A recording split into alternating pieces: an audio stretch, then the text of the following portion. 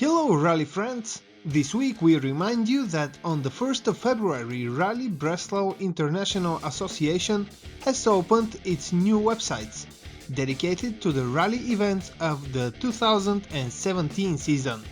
With the new sites we have also opened the registration module for Rally Breslau Poland, Balkan Off-Road Rally and Balkan Classic Rally, and you have the opportunity to enter our events.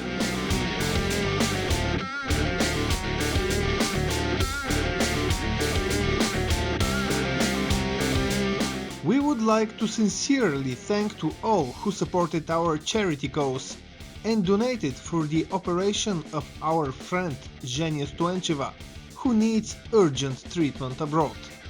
The campaign is still valid. You can help and participate in our charity draw with donation over €50. The prize will be 2 vouchers of €1,000 each. They can be used as a discount of the entry fee for one of the events of Rally Breslau International this year. You can read more on the official websites and Facebook.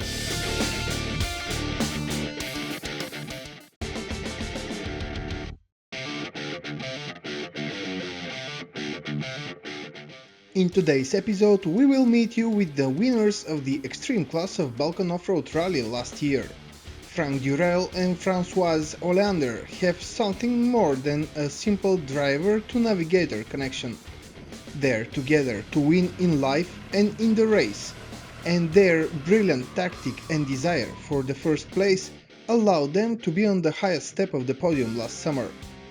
What is the common between Frank, Françoise and an ambulance, and why the RBI rallies are so important for them? You will find out in the next minutes. Bonjour, je suis Françoise de chez Euro 4x4 Parts et voici Franck Dorel de Mondubien Group. Ça fait des années que nous faisons la course ensemble, mais ça fait des années moi que je suis dans le 4x4 parce que j'ai fondé l'entreprise Euro 4x4 Parts et ça fait maintenant 16 ans et que maintenant depuis 2012, grâce au Breslau Balkan, nous nous sommes connus et nous sommes ensemble. Nous sommes rencontrés au Balkan en 2012. En fait, on s'est rencontrés dans l'ambulance. Pour la visite médicale, oui. Parce que Franck était dans le groupe et que le médecin allemand ne parlait pas bien l'anglais et que en fin de compte j'étais là pour traduire les instructions de premier secours au groupe de Français qui était là. Voilà, c'est comme ça qu'on s'est rencontrés. Pendant tout le reste de la course, nous sommes courus après, je le guettais et lui il me guettait et à la fin du rallye je me suis fait engueuler par mon copilote parce que j'étais pas là. Et à la fin du rallye, on a décidé de se revoir. On s'est revus 3 semaines après à Avignon. Et puis on a décidé que c'était bon, il fallait poursuivre. Il fallait poursuivre. Et depuis, nous avons non seulement nous sommes mis ensemble en tant que couple, mais nous avons aussi décidé de partager notre passion et de courir, faire des compétitions ensemble. Et depuis, nous avons fait 8 compétitions ensemble, le Breslau, le Croatia Trophy, un Transylvania, et voilà. Donc, et chaque fois avec beaucoup d'entente. Bien sûr, il y a des mots dans la voiture de temps en temps, mais on est vraiment complémentaires. Et Franck a un excellent coup de volant, et moi, avec les années, je deviens de plus en plus bonne en navigation. Et les résultats sont là, puisque nous avons remporté le rallye Breslau Balkan en 2016, cette année, avec beaucoup d'avance sur le deuxième. Voilà, des bonnes notes comme un orchestre, voilà, simplement. C'est une bonne voiture et puis tout s'enquille, voilà, une belle musique. Une belle musique. Ouais. Déjà c'est d'être bien, d'être curieux de ce qui va nous arriver et d'avoir Je ne sais pas comment... Bah, quand on attaque une journée, on essaie d'être concentré, de ne pas avoir de soucis de quelque chose qui sur la voiture Se qui ne vider de fonctionne tout. pas bien. Se vider de tout, effectivement, parce que si on a la tête Moindre doute. au travail ou à des soucis personnels, c'est pas possible. La course requiert la totalité de ses capacités d'attention, de concentration. Et quand on attaque une journée, effectivement, on n'essaie pas d'anticiper ce qui va arriver. Quand on prépare le roadbook, si on peut anticiper un petit peu les grands passages difficiles qu'on peut avoir, mais en général, non, c'est une chose après l'autre. On attaque le roadbook et puis au fur et à mesure, on se dit voilà, on est là. Et quand on arrive à la fin et qu'on dit ah c'est déjà la fin ou non, on est seulement à la moitié, ça peut arriver. C'est une course qui est magique. Ouais. Il y a les paysages, il y a tout. L'eau, le sable, la roche, les fougères, tout. C'est vraiment une course. C'est la course, oui, la plus complète que nous connaissions. De la nature des paysages, de l'organisation qui est top, l'organisation du Breslau depuis depuis le début jusqu'à aujourd'hui. Aujourd'hui, on est quasiment à la perfection. Enfin, je ne connais pas beaucoup de courses qui soient aussi bien organisées que le Breslau aujourd'hui. Et franchement, chapeau parce que c'est un sacré boulot. Il y a des fois où c'est plus dur que d'autres. Le Breslau 2016, Balkan, a été particulièrement difficile. Non pas tant que les difficultés étaient insurmontables, mais les épreuves étaient très longues, les journées étaient très longues, et il faut tenir une journée complète de 200 km avec des difficultés comme on en a connu, mais aussi la course c'est 8 jours de course. Pendant 8 jours être concentré comme on est, avoir un véhicule qui reste au top et des pilotes et copilotes qui restent concentrés pendant 8 jours de course, eh bien c'est pas donné à tout le monde. C'est quelque chose qu'on apprend avec le temps à être meilleur, on s'améliore là-dessus, mais aussi il faut qu'à l'intérieur de chaque personne, il y ait suffisamment de motivation de part et d'autre, Et bien s'accompagner. détermination pour pouvoir arriver jusqu'au bout. Et de ne pas céder à la fatigue, parce qu'on peut être fatigué à un moment donné.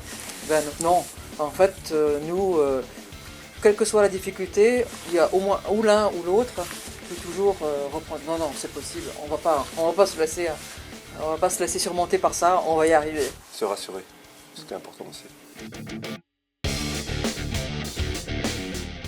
Et en termes de navigation, c'est une expérience intéressante. Le Breslau est certainement la course où la navigation est la plus difficile parce que il faut savoir se servir d'un GPS, il faut savoir d'un TerraTrip, mais ça c'est pas le plus compliqué. Ce qui est le plus compliqué au Breslau, ce que je n'ai pas connu ailleurs, c'est la navigation à l'azimut, où on vous dit voilà, vous êtes ici à ce point remarquable, vous devez trouver tel point remarquable. Et c'est à 3,8 km d'ici, parfois, c'est des distances assez longues. Et vous devez vous débrouiller pour lire le terrain. Et ça, on n'est pas forcément habitué à lire le terrain pour dire écoute, je peux pas tout faire en hors-piste parce que c'est pas possible. Déjà, il y a un gros trou devant toi, donc il faut que tu le contournes. Mais pourquoi aller là plutôt que là? Quelle chance j'ai de trouver des chemins qui me ramènent dans cette direction-là? Eh bien, c'est quelque chose qu'on n'a pas forcément l'habitude de faire en temps normal. Lire le relief, lire la forêt, lire le paysage, c'est quelque chose qu'on apprend au fur et à mesure. On devient meilleur avec l'expérience, là, clairement. Observer de loin les montagnes ou les endroits où tu peux aller. Il faut faire vraiment marche arrière pour faire le tour, pour aller au point. Un grand détour des fois. Ah, c'est complètement différent. C'est-à-dire, le chemin n'existe pas. Parce que l'herbe est haute comme ça, il y a un arbre en travers, et on le voit dans le sol, on voit qu'il n'y a aucune trace. Et c'est vierge, on va dire. Et quand tu es premier, tu as une force qui te pousse encore plus davantage. Parce que quand tu as des traces partout, tu dis oh, il y a du monde qui est devant. Alors, je pense, hein. Ouais. Quand tu es premier, tu tartines un peu plus. Rester en tête, En tête, observer. pas forcément les premiers. Pas forcément les premiers. Observer les concurrents qui sont autour de nous. Et c'est comme un jeu. Non, c'est l'observation. Franck, par exemple, il a appris beaucoup de Roland Braque et Carmen. Ce sont des gens qui ont... Exceptionnel. Voilà, exceptionnels, qui sont toujours sur le podium, mais qui ne font jamais les premières lignes, qui ne sont jamais en première position, parce qu'ils ne roulent pas comme ça. Mais par contre, c'est toujours régulier, toujours sûr, et ils obtiennent une bonne place, méritée, Exactement. parce qu'ils ont une bonne stratégie. Ils ont une bonne stratégie. Et- Il n'y a pas de doute là-dessus, ils ont une bonne stratégie. C'est Et un- Franck, il a beaucoup appris à le regarder. C'était pas son tempérament initial, mais avec le temps et la maturité, il se rend compte que on n'est pas obligé d'être toujours le premier pour réussir. Il n'y a pas de véhicule, il n'y a pas de recette idéale pour le véhicule.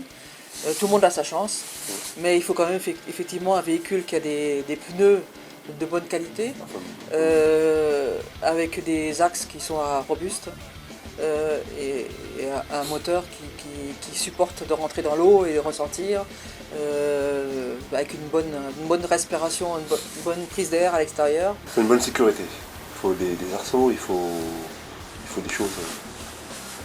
Un bon véhicule, bien étudié. Il faut vraiment un véhicule qui soit léger, qui a un treuil et qui a des blocs. Et comme Roland Braque, c'est un véhicule qui n'est pas tant préparé que ça, mais il arrive à faire des expériences. Un véhicule robuste. Oui. Il ne faut pas un char. Il faut pas forcément beaucoup de puissance. Non. Martin Hele, par exemple, il a un véhicule très puissant, mais nous, on a remarqué qu'il n'y a que dans les lignes droites que vraiment il a fait la différence. Mais sinon, dans les passages, Au revoir. Mais- difficiles, nous avons plus de couple dans le moteur, Ouais. et nous étions plus performants dans les passages difficiles que lui.